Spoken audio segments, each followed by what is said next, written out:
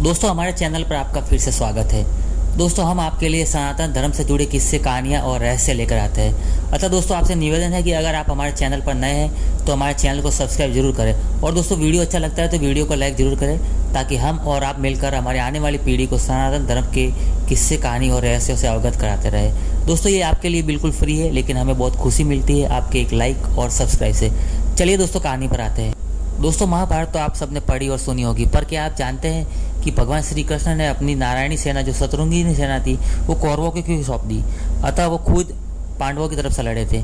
चलिए दोस्तों आज हम आपको इस सच्चाई से पर्दा उठाते हैं। दोस्तों भगवान श्री कृष्ण का महाभारत का युद्ध करने का मेन उद्देश्य ये था कि धरती से पापियों का विनाश करना था। अर्थात उस समय यदुवंश या भगवान श्री कृष्ण के वंश के जो लोग थे या जो इंसान थे, उनके अंदर अहम और अहंकार की भावना बहुत ज़्यादा आ गई थी और वो अत्याचार को काफ़ी बढ़ावा दे रहे थे, अर्थात धरती पर अत्याचार मचा दिया था। और भगवान श्री कृष्ण का महाभारत का युद्ध रचने का मेन मकसद भी ये था कि वह सभी पापियों का धरती से विनाश करना चाहते थे, अर्थात वो कौरवों के साथ अपनी सेना को भी नष्ट करना चाहते थे। जी हाँ दोस्तों, आपको ये सुनकर बहुत अजीब लगेगा, बट ये बात बहुत ही सत्य है कि भगवान श्री कृष्ण ने ही महाभारत युद्ध की ब्लूप्रिंट बोले तो स्क्रिप्ट तैयार की थी। और महाभारत युद्ध में भगवान श्री कृष्ण सभी पापियों का अंत करना चाहते थे। देश विदेश के कोने कोने सभी पापियों को एक साथ महाभारत अर्थात कुरुक्षेत्र के युद्ध मैदान में इकट्ठा करके और उनको खत्म कर देना चाहते थे। इसीलिए उन्होंने महाभारत का युद्ध की रचना की थी। दोस्तों भगवान श्री कृष्ण चाहते तो महाभारत का युद्ध एक ही दिन में खत्म हो सकता था, पर इन्होंने ये युद्ध काफ़ी लंबा खींचा। उसका कारण यही था कि देश विदेश और कोने कोने से सभी पापी एक साथ इकट्ठे हो और सभी को इस युद्ध में मारा जाए, अर्थात धरती को पाप से मुक्त किया जाए या पाप विहीन किया जाए। दोस्तों उनका जन्म लेने का मकसद एकमात्र यही था। अब दोस्तों सवाल आता है कि भगवान श्री कृष्ण ने जब पापियों का विनाश करना चाहते थे तो वह अपनी सेना को लेकर भी विनाश करना चाहते थे। उन्होंने अपनी सेना को कौरवों क्यों सौंप दी? दरअसल दोस्तों बात की शुरुआत होती है कि भगवान श्री कृष्ण ने अपनी सेना को एक अलग ही प्रकार की विद्या से दक्ष किया था।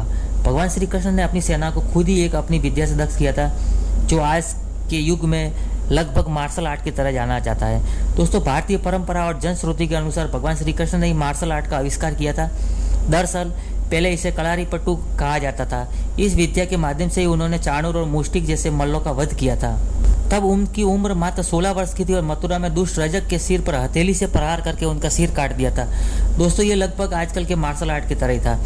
जनश्रुतियों के अनुसार भगवान श्री कृष्ण ने मार्शल आर्ट का विकास ब्रज के क्षेत्र के वनों में किया था और डांडिया रास उसी का एक नृत्य रूप है। दोस्तों कलारीपट्टू विद्या के प्रथम आचार्य भगवान श्री कृष्ण को ही माना जाता है। हालांकि इसके बाद इस विद्या को अगस्त्य मुनि ने प्रसारित किया था।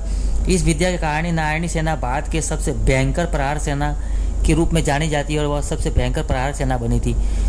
दोस्तों श्री कृष्ण ने ही कलारीपट्टू की नींव रखी थी, जो बाद में बौद्ध वर्मन से होते हुए आधुनिक मार्शल आर्ट के रूप में विकसित हुई और बौद्ध धर्म के कारण यह विद्या चीन, जापान और बौद्ध राष्ट्रों में खूब फली फूली और आज भी यह विद्या केरल और कर्नाटक में प्रचलित है। अतः दोस्तों भगवान श्री कृष्ण को अपनी सेना का तोड़ सिर्फ भगवान श्री कृष्ण ही जानते थे कि उन्हें सिर्फ मार्शल आर्ट के रूप से ही हराया जाता है। और ये सोचकर भगवान श्री कृष्ण ने अपनी सेना कौरवों के साथ भेज दी और वह खुद पांडवों की तरफ रह गए।